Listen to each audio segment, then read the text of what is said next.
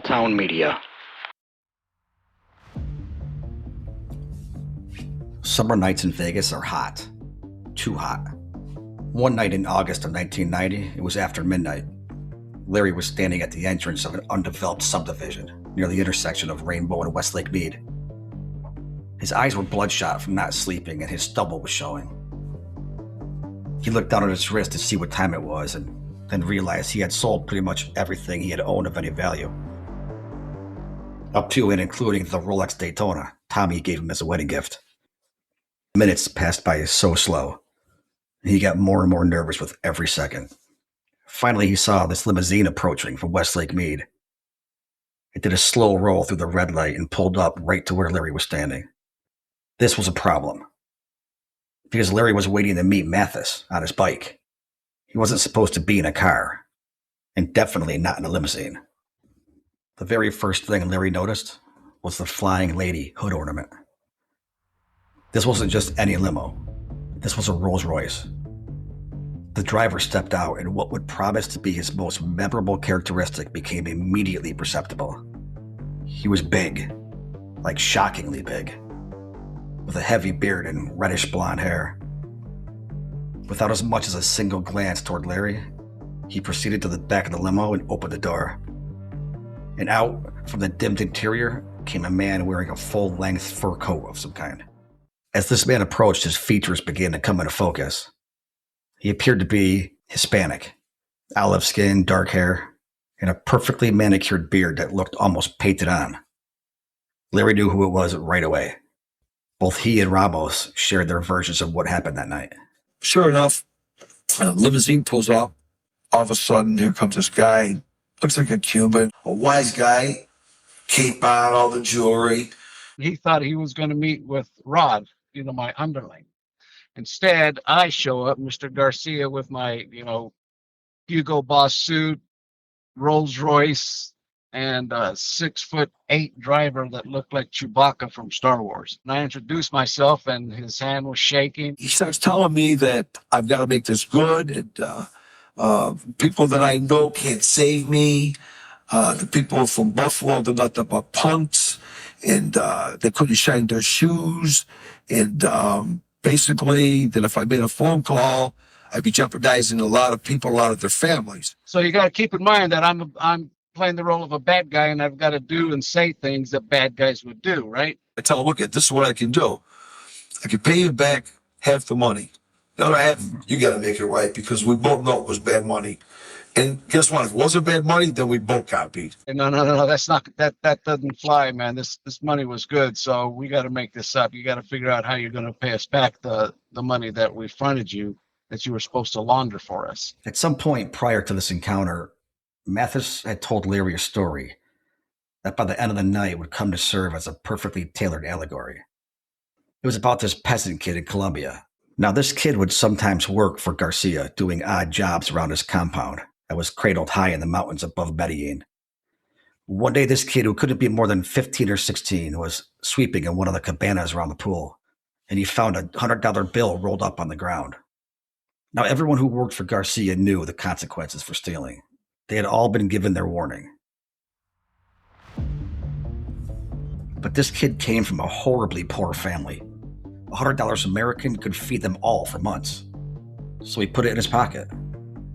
Well, somehow, Garcia found out, and he had the kid killed in front of his parents. All over $100. Whether or not the story is true is beside the point. It didn't matter. Larry took it for what it was. His warning. And so he and I were just sitting there going back and forth, and I said, look, if you can guarantee me that you can move 5 kilos, then we'll call it even. He goes, yes, sir, no problem, no problem. At some point, Larry felt the driver's hand grab the back of his arm, and he was led toward the back of the limo, where the driver popped the trunk. He showed me a couple kilos of cocaine. Inside the trunk, you got sawed-off shotguns, you got Uzis. I mean, oh my God, I said, what am I in for over here? That's when 2 other undercover cops, Phil Ramos, posing as a Colombian drug lord, and Mike Bunker, posing as his enforcer, scared Nero into finding a buyer for several kilos of coke. He's thinking he's dealing with a Colombian drug lord who cuts people's heads off. And, he fucked up. He had burned us for 20,000 and he had to perform or suffer the consequences. According to two federal judges who reviewed the case, Nero didn't want to get involved with the drugs. He was extremely nervous and only complied because he feared for his family. Back then, Larry thought he had been there and done it and seen it all.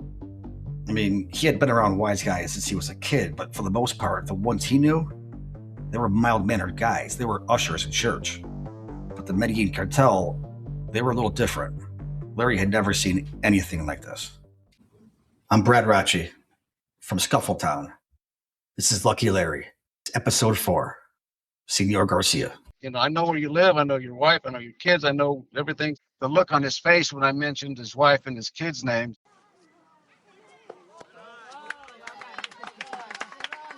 Larry's favorite thing in the world was taking his daughter Gia to her Little League baseball games. She was obsessed with baseball, and she took it seriously, too. So seriously, in fact, that she made Larry keep score with an official baseball scorebook, so she could keep track of her stats and compare them to all her favorite major leaguers. One morning while Larry sat in the bleachers, he felt a presence, a heavy and oppressive presence drawing closer, casting a broad shadow and coming to rest in the seat beside him. It was Garcia's driver, and he was bigger than Larry even remembered.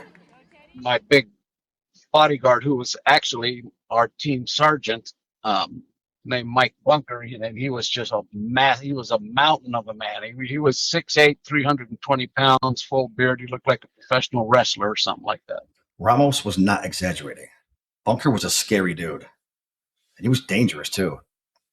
In 40 years of law enforcement, he repeatedly showed a willingness to operate well beyond his authority. Most notably in the case of a man named Paul Browning. District Judge Douglas Herndon upheld his decision to dismiss murder charges against death row inmate Paul Browning. That decision came 5 months after an opinion from the Ninth Circuit U.S. Court of Appeals found a mixture of disturbing prosecutorial misconduct. Paul Browning was born and raised in Los Angeles. In 1985, he was passing through Vegas on his way across country to North Carolina when his motel room was raided by police, and he was arrested for the armed robbery and murder of a local jeweler named Hugo Elson. Nothing at all tied him to the crime. And Elson's wife, who witnessed the entire attack, failed to ID him in 2 separate lineups. Yet somehow, Vegas Metro managed to produce a couple from Browning's motel, who would eventually testify that shortly after the murder, he approached them with blood all over his clothes and tried to sell them some jewelry from Elson's store.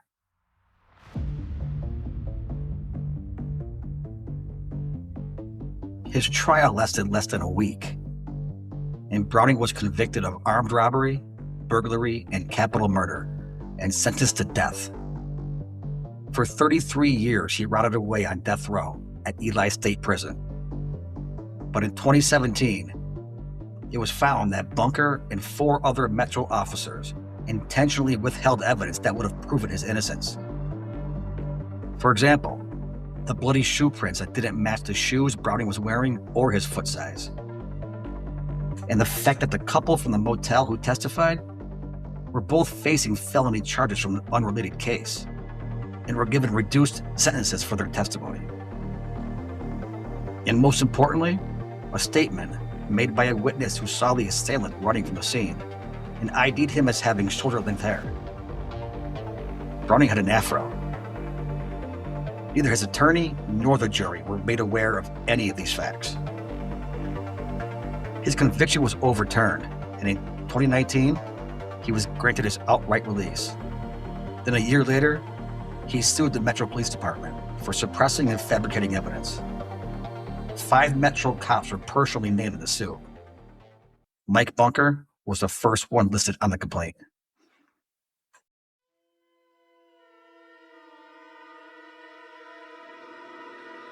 By the fall of 1990, Bunker had been sergeant of Metro's undercover unit for almost 2 years. His promotion was due, in part, to what they called his distinguished service during Browning's case. Bunker had grown so accustomed to operating with essentially no oversight that turning up at a Little League baseball game in full character just to ratchet up the terror in a guy he was already trying to entrap must have felt kind of tame. His visit was brief but pointed, and the point wasn't implied, it was clearly expressed. He wanted Larry to know without any doubt that he and his family were being watched at all times, and the clock was ticking.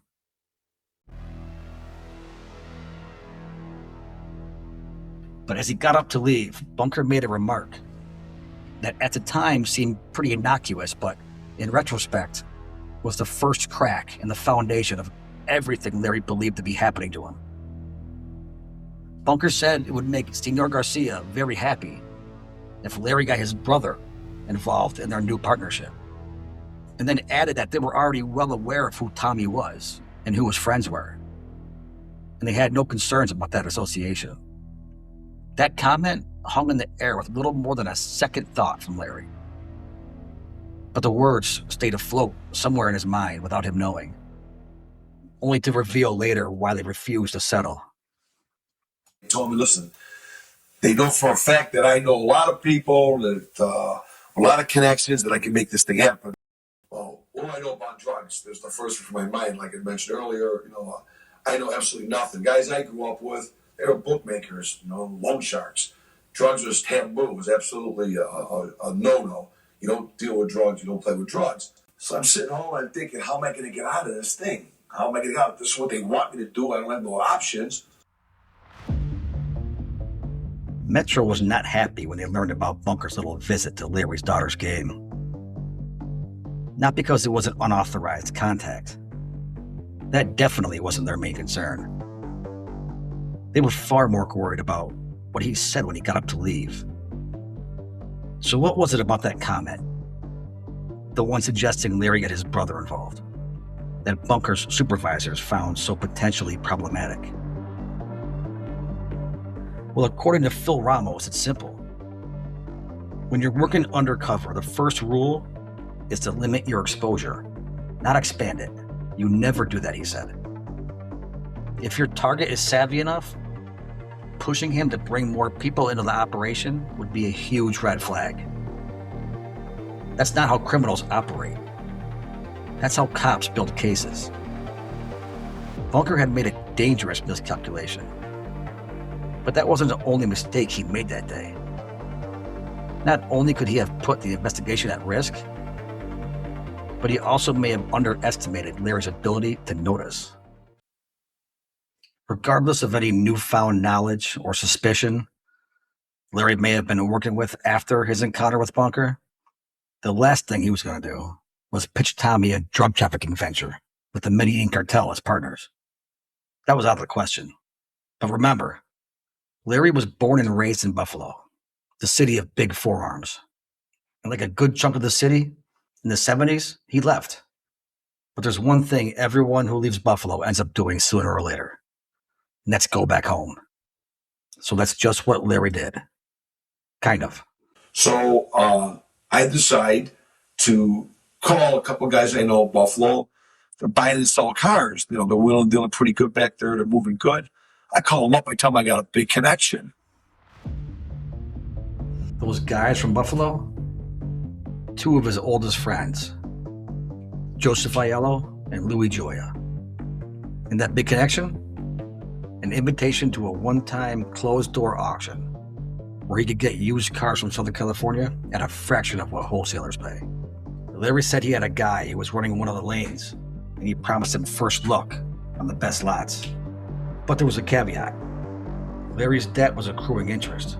So this imaginary auction now required an imaginary floor of 30 grand, no exceptions. If they can't show at least 30 grand, they weren't getting through the door. We could buy $10,000 cars for $3,000-$4,000, but we need to spend $30,000. Reason why I say $30,000 is because now these guys want the interest on top of the $20,000 I owe them. Now they want $30,000 back. What Larry ended up doing was luring two of his oldest friends to Vegas, so he could steal 30 grand from them and use it to settle his debt with what he thought was the Medellin Cartel. It was an idea born of pure panic. It was such a crazy idea that even while in the grips of a mental freefall, he was well aware that he may have lost his mind. That's why, less than 2 weeks later, when they called him from the Caribbean airport, he couldn't believe it actually worked. So now I'm really a wreck. But I figured I'm cool because, my intentions are I grab the 30,000 from them. I give these guys the 30,000. I'm out. Now these two mama lose 30 grand. They ain't gonna kill me. They're gonna give me a beating, but they ain't gonna hurt my wife and kids. Metro was on to Aiello and Joya before they even left the airport. A three-man team picked them up as they were strolling past baggage claim, trailing clouds of Cohiba smoke.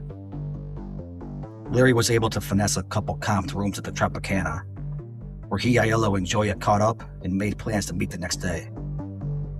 The officers watching said Larry looked disheveled and seemed frantic, and that he left after only a brief conversation with his guests.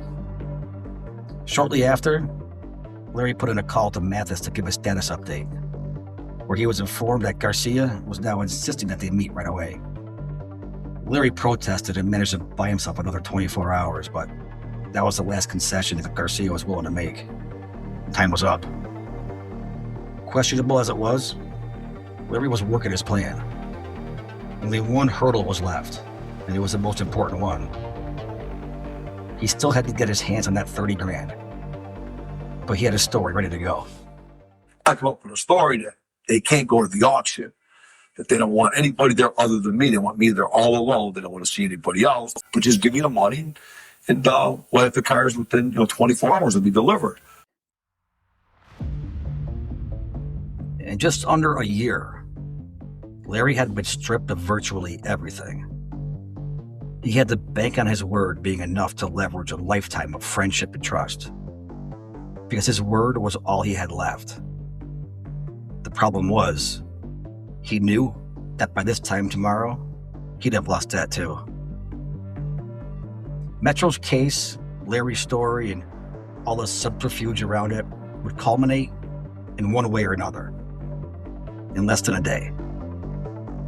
Throughout the course of the investigation, Larry had allowed himself to be steered to the dead center of an inescapable maze that Mathis and Metro had constructed all around him. Any chance of a clean escape was probably doomed right from the start. And then, when Larry's world had warped into a final contortion, his tires hit pavement, and he found himself being yanked out of his car and slammed down to the ground by a massive sea of Vegas Metro SWAT officers. And as soon as the police cruiser door slammed behind him, everything went quiet. He put his head back and exhaled a year's worth of breath from his lungs. He wasn't in a traumatic state of mind, and he wasn't confused either. He was relieved, because this nightmare was over. And now he knew that he could fight back. That's next time on episode 5 of Lucky Larry. Next thing you know, there's that helicopter in the hood of my car. Freeze, motherfucker! Give me a reason, they're telling me. They ain't the Colombians. They ain't no drug lords. There's no drug transaction. They're undercover cops, these mother effers. These poor guys are looking for Cadillacs and Buicks. Lucky Larry is a Scuffletown production. It's researched, written, produced, and hosted with no need for AI by me, Brad Rachi, and my dog Chili. Go Bills.